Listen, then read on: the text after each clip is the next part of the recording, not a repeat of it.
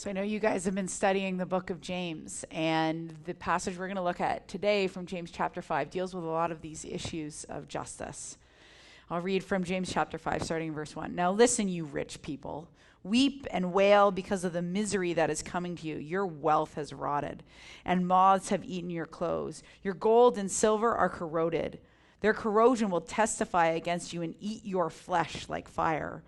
You have hoarded wealth in these last days. Look, the wages you failed to pay the workers who mowed your fields are crying out against you. The cries of the harvesters have reached the ears of the Lord Almighty. You have lived on the earth in luxury and self-indulgence. You have fattened yourself in the day of slaughter. You have condemned and murdered the innocent one who was not opposing you.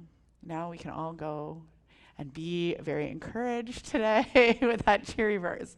Now, when I read that passage, do you think, yeah, those rich people are the worst, and it's because of those rich people that people are poor and suffering? Well, how many of you guys think you're rich? Show of hands. Who considers themselves rich? Really? Just one person? Okay, talk to the people around you for a minute of whether you think you're rich or not, and you need a reason why. Talk to the people beside you.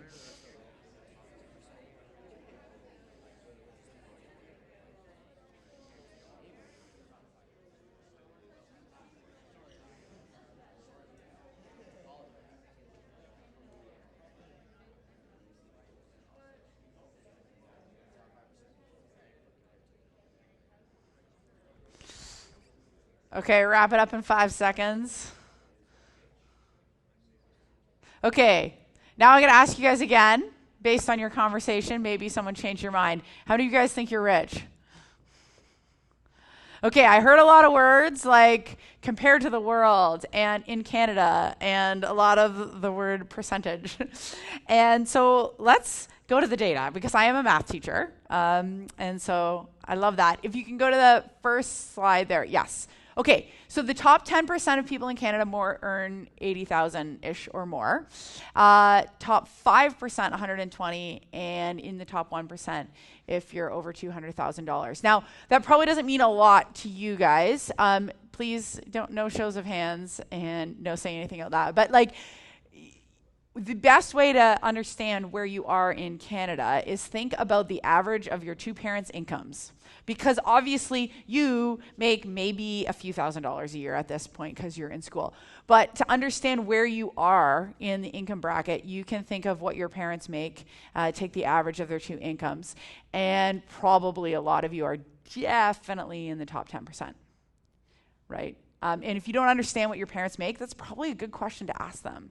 And maybe if you're too shy to do that, just Google, what does a blank average make in Canada? So you can understand where you are at, because there is a very good chance you are in that top 10% here at Eden. But even if you're not in the top 10% of Canada, you can go to the next slide. As many of you guys noticed as you were talking, globally, you are in the top 1% if you make $47,000 Canadian. The median, does everyone know the median? And who's in data management? Okay, you got to know what the median is, right? The median's the middle income, right? The median income in 2020 was $39,500. So the top half of people in Canada are the top 1% in the world. And almost all of you, probably your parents, are certainly in that category where you are in the top 1% of the world. And if you're not in the top 1% of the world, I can almost guarantee you're in the top 2% of the world. So let's ask this question one more time. How many of you guys are rich? Yes. Now, almost no one wanted to say that the first time because we have a lot of connotations around what it means to be rich. Right? And we're going to focus on what James is saying about that today. Part of our culture tells us, especially right now, that the only way people are rich is if they have taken more than their fair share from the poor. If they're rich because of what James is talking about. that they're hoarding, and that they're oppressing other people. And that definitely is one thing that happens, one way that people are rich. And that's exactly what James is talking about. But that's not the only way people are wealthy. And we see these both views in the Bible, because God is not a God of scarcity, where there is only, like, you can go to the slide with the pie, right? Like, this is the view a lot of people have of the world, that there's one pie, that there's one amount of resources. And it's all about getting the biggest piece of the pie you can, or maybe thinking, how can we make the pie shared more equally? But if we look at the whole understanding of wealth and generosity and abundance of God in the Bible, we see what he created is this abundant world. He says, be fruitful and multiply. And we can see that actually what I think the data shows us, and also what the Bible tells us, is we live in a world of abundance, where you can actually have the power to make new pies that no one ever made before, right? You can think probably of businesses and inventions and things that created wealth out of nothing. And this is sort of like, if you go back to Genesis chapter 1, right? And God's commissioning people. He's telling them to be fruitful and multiply, and to take the earth, to rule it and subdue it. And one example of that maybe is, my husband used to be in mining for many, many, many years. And so they would take useless rocks out of the ground and refine them and to make them into, in that case, pure nickel, and now cobalt and lithium. So we could make batteries for laptops and electric cars, and we'd have nickel to use in medical instruments. And you take what God has created, the raw materials, and make something even more awesome. In this year, in 2022, we fed almost 8 billion people. 20 years ago, 30 years ago, 50 years ago, we could not feed that many people. We have come up with ways to feed more people than anyone was ever thought possible. We live in a world of abundance where we can actually create wealth and create resources that God has given us and make them plentiful and multiply them.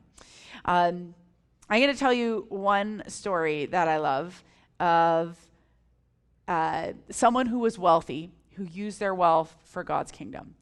And there are so many examples of this in the book of Acts, where we see in the book of Acts that people who had large homes invited people into their homes. They sold properties that they had and gave them to provide for other people. But this story is actually a story about how we got the book of Acts. So if you read at the very beginning of the book of Luke, and then Acts, which is the sequel to Luke, the author says, I write to you, noble Tertius, and here is an orderly account of everything I have seen. So if you look at the very beginning of Luke, you'll see this note that's thanking Tertius, this Roman guy, for basically funding the book of Luke. It's really expensive to write. Luke, the author of the Gospel of Luke, went around, he interviewed people, he did research, he got the Gospel of Mark, he got all these other things and put that together and wrote an orderly account for this rich Roman guy who paid him to write it. And we know that because of the way that Luke recognizes him. It's like a formal way you would recognize the patron who paid for you to be able to do your thing. It's basically like this guy Tertius gave Luke a research grant. And if he hadn't funded Luke's work, we wouldn't have the Gospel of Luke, and we wouldn't have the book of Acts. In the Gospel of Luke, there are some things that are only in Luke's account. We have Matthew, Mark, Luke, and John. For example, if this rich guy hadn't paid Luke to be able to take the time to write the book of Luke, we wouldn't know the story of the prodigal son. We wouldn't have the story of the thief on the cross. There are so many things we wouldn't know if this rich Roman guy hadn't given money to Luke to be able to write the book of Luke and then later the book of Acts. So we can use our wealth because we've all, I think, agreed that we are rich, and that gives us the responsibility to use our wealth for God's kingdom. James, in what we just read, warns of the wrong ways to get wealth and the wrong ways to have wealth. right? He talks about, and I don't know, can you go back to that scripture from James 5? I think I might have it in the next slide. The ways of hoarding and of failing to pay your workers, of taking advantage of them. And also, when we have wealth, using it for luxury and self-indulgence. We're going to look at another scripture now. It's James 4. It'll look a little, yes, perfect. Okay, so I'm going to read this. What causes fights and quarrels among you? Now, you guys have already talked about this probably last week, but I'll just pick up something from here. What causes fights and quarrels among you? Don't they come from your desires that battle within you? You desire, but you do not have, so you kill. You covet, but you cannot get what you want, so you quarrel and fight. You do not have because you do not ask God. When you ask, you do not receive because you ask with wrong motives, that you may spend what you get on your pleasures. This is talking about us asking with those wrong motives. It also shows us the abundance of God. You can see from this that we are coveting because we think we want a thing. And that causes us to fight with other people. That causes us to maybe look down on other people, to judge them, and to cause those divisions. But James is saying, hey, you don't have because you're not asking. And when you ask, your motives are for yourself to spend what you get on your pleasure. And he says then later in chapter 5, again, about luxury and self-indulgence. So what does it look like for us to be rich people, either Canadian rich people, or certainly all of us are global rich people, and not be the woeful rich people that James is warning against in chapter 5? Well, I want to talk about this in two ways. Your right now and then your future life goals. I think there are three things we can do to be rich people who aren't the woeful rich people of James chapter 5. One is accepting that you're rich and comparing yourself down and not up. And this is what chapter 4 is talking about, right? So I teach at Ridley. It's a private school. It's super expensive. And if I asked the kids at Ridley if they thought they were rich, it would be the same reaction as you guys. And the reason none of them think they're rich, and let's just say that their tuition is the same as the median household income in Canada.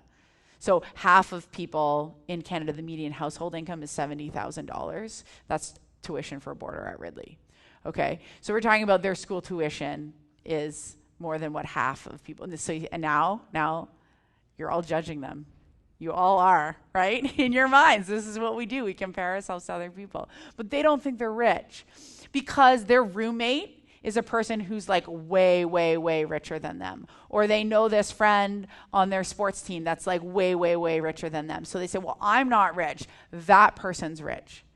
We often view the people who have more than us. Those are the rich people. No, they're just richer than you. Compare yourself to the 99% of people in the globe that you are more wealthy than, and you'll help to have that gratitude that will fight against this nature we have to covet and desire what other people have, that causes those quarrels and fights among you. So we can compare ourselves to people who have less than us, which is almost everyone, and accept the responsibility that comes from being wealthy. Data is your friend, and you can look at that data. Second, this idea of self-indulgence. You know, James talks about you spend what you get on your pleasure. That's what you want to do. Does that describe you? Do you spend what you get on your pleasure? Are you a spender? How many people are a spender? On a scale of spender to saver, who is a spender? Who's a saver? Interesting. Okay, cool. So I'm definitely a saver, but like compared to my husband, I'm the spender between the two of us because he's very extreme saver. And there are dangers to both things. Spenders, you're probably going to be more likely to be tempted to spend what you get on your pleasure in self-indulgence and luxury.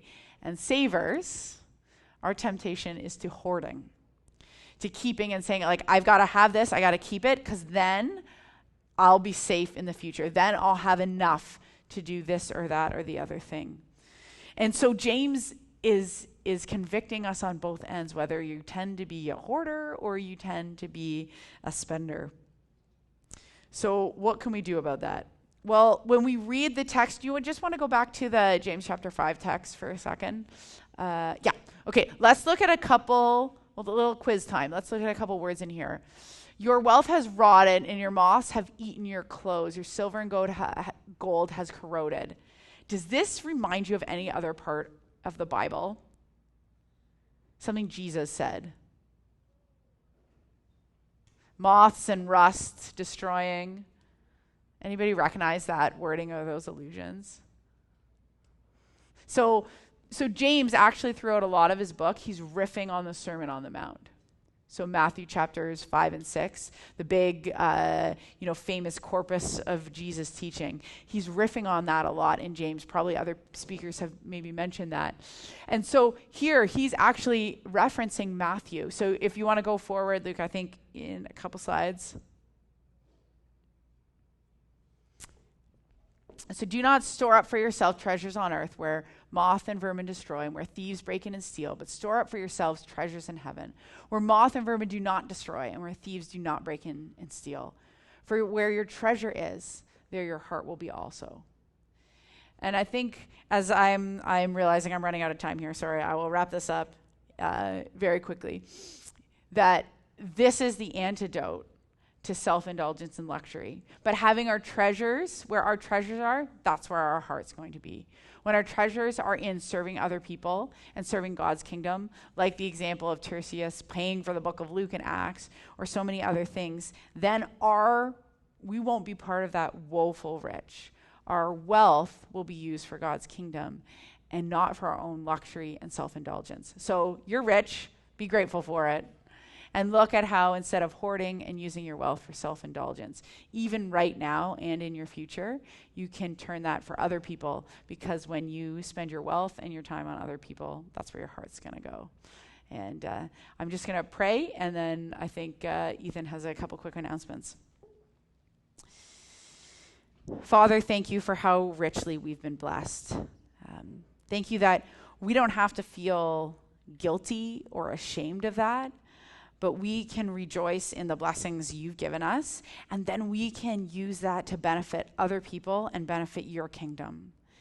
And we just thank you for that, and we ask that you give us wisdom in that responsibility. We want our hearts to be where your heart is, so we want to put our treasures where your heart is. And thank you for this day, and bless these guys as they go out and learn, and that they would be able to learn and get ready for all their end of year stuff. And thank you for the privilege of being here. I just pray all these things in your name. Amen.